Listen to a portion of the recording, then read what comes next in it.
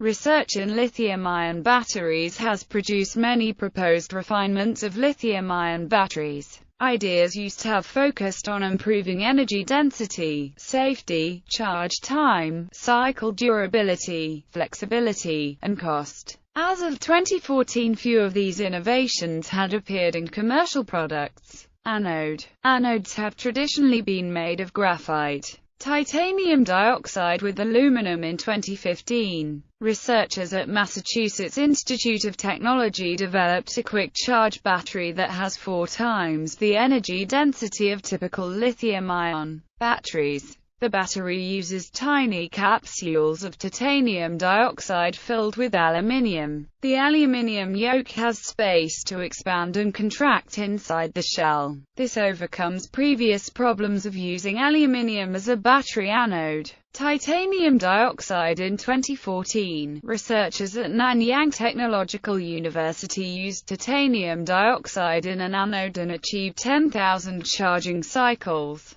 The battery can be charged to 70% in 2 minutes. They used a gel material made from titanium dioxide, an abundant, cheap and safe material found in soil. They developed a simple method to turn naturally spherical titanium dioxide particles into nanotubes. This nanostructure sped up the charging reaction. Lithium anodes have been used for the first lithium-ion batteries in the previous century, based on the Tis-2 Li cell chemistry, but were eventually abandoned due to dendrite formation, causing internal short circuits and fire hazard. In 2014, researchers at Stanford University discovered that a pure lithium anode increased energy density 400%. Researchers claimed that the anode did not expand during charging. This is done by building nanospheres, which are protective layers of interconnected carbon domes on top of the anode. Also in 2014, a second technique was announced by Cornell University researchers that added halogenated lithium salts to the liquid electrolyte. This prevented the formation of battery-destroying metal dendrites as the battery went through charge-discharge cycles. Carbon black. In 2014, researchers at Oak Ridge National Laboratory developed an anode from modified carbon black from discarded tires. The new technology is environmentally friendly. It also has a higher energy density. Nanotube. In 2014, researchers at University of California, Riverside developed a battery that charges up to 16 times faster with 60% additional energy density. They use a 3-dimensional, cone-shaped cluster of carbon nanotubes. That same year, researchers at Northwestern University found that metallic single-walled carbon nanotubes accommodate lithium much more efficiently than their semiconducting counterparts. If made denser, semiconducting SWCNT films take up lithium at levels comparable to metallic SWCNTs. Microsheets. Heating polystyrene packing peanuts to between 500 and 900 degrees Celsius in an inert atmosphere, in either the presence or absence of a transition metal salt catalyst, produced either nanoparticles or microsheets that made excellent anodes. The sheets were about 1/10 the thickness of graphite anodes, reducing charging times and exhibiting less electrical resistance. Specific capacity reached 420 mAh per gram, versus the theoretical 372 mAh per gram maximum for graphite. The anode survived 300 charging cycles without a significant capacity loss. The microsheet's porous structure exposed more contact area between the anode and the liquid electrolyte. In 2015, researchers announced a one-step process for using natural silk to create 4.7% nitrogen-doped carbon-based nanosheets that reversibly 1,865 mAh per gram over 10,000 cycles with only a 9% capacity loss. The surface area was SBET, 2,494 square meters per gram. Hierarchical pore volume was 2.28 cc per gram. Capacitance reached 242 F per gram and energy density was 102 Wh per kilogram. Silicon is the second most abundant chemical element on Earth and has a theoretical capacity of 3,600 mAh per gram, almost 10 times the energy density of graphite. Silicon, unlike carbon, expands as much as 400% during charging. This causes a low cycle durability. In 2014, researchers at USC Viterbi School of Engineering developed a cost-effective silicon anode with an energy density above 1,100 mAh per gram and a durability of 600 cycles, making their anode nearly 3 times more powerful and longer-lasting than a typical commercial anode.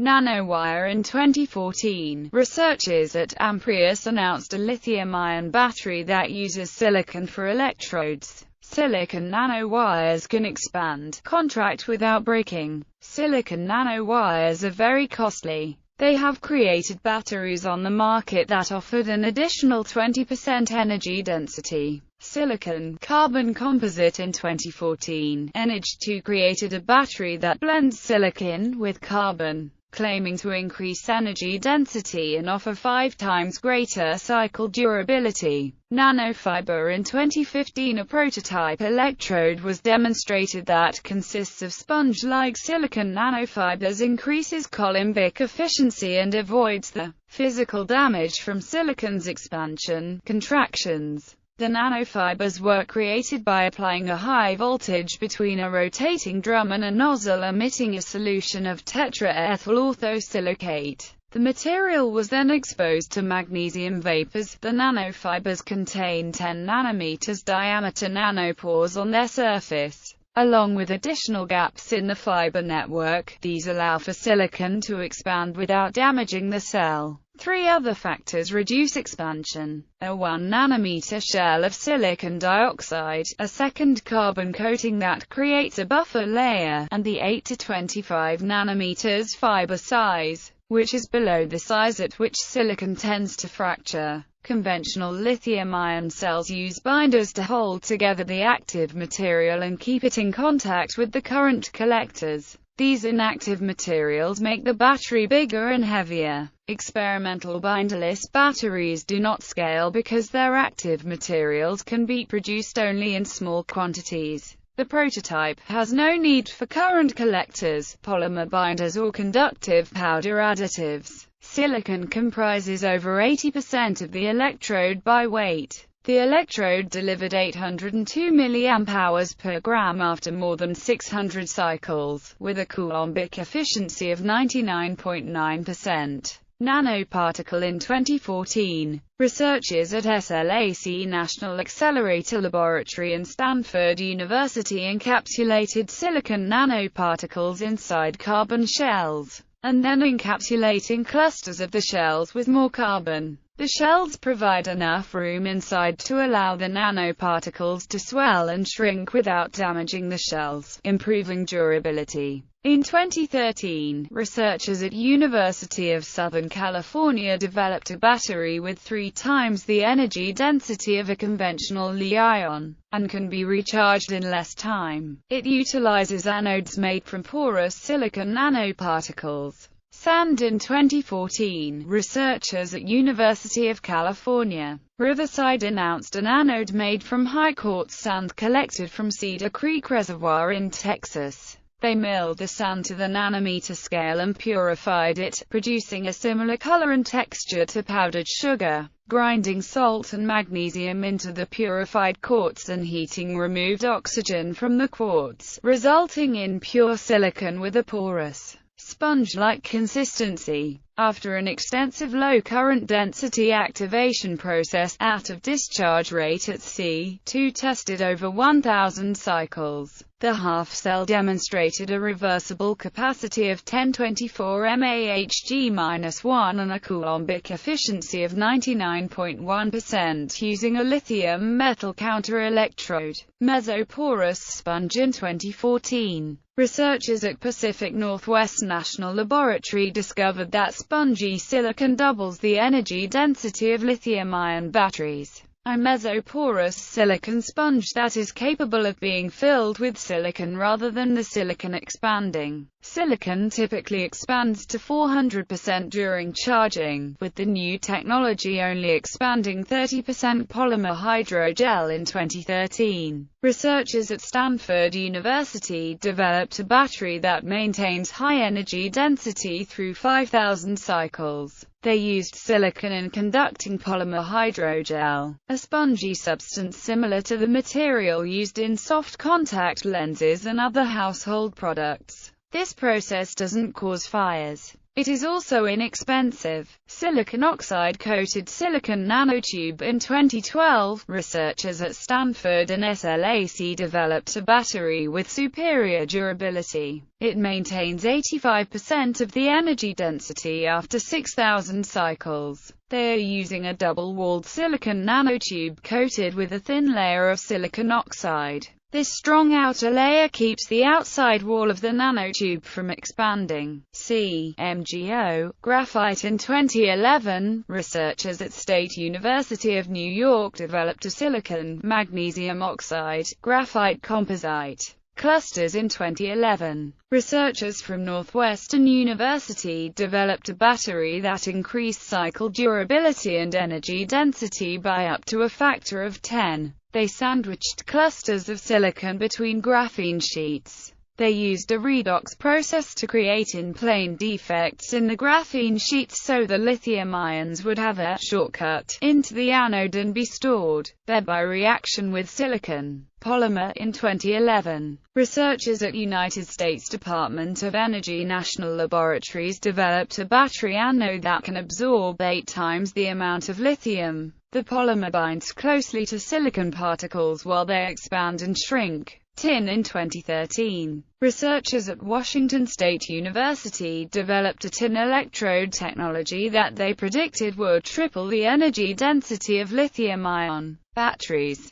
The technology involves using standard electroplating processes to create tin nanoneedles that do not short-circuit when the tin expands by 1/3 during charging. Nanowire. In 2007, researchers at Stanford University invented the Nanowire battery, which improved battery performance. It uses nanowires to increase the surface area of one or both electrodes. Both replace the traditional graphite anode. One uses silicon, while the other uses germanium nickel fluoride. In 2014, researchers at Rice University announced a method to create a flexible, long-lasting battery. They used nanoporous nickel fluoride electrodes layered around a solid electrolyte without using lithium. The device retains 76% of its energy density after 10,000 charge-discharge cycles and 1,000 bending cycles.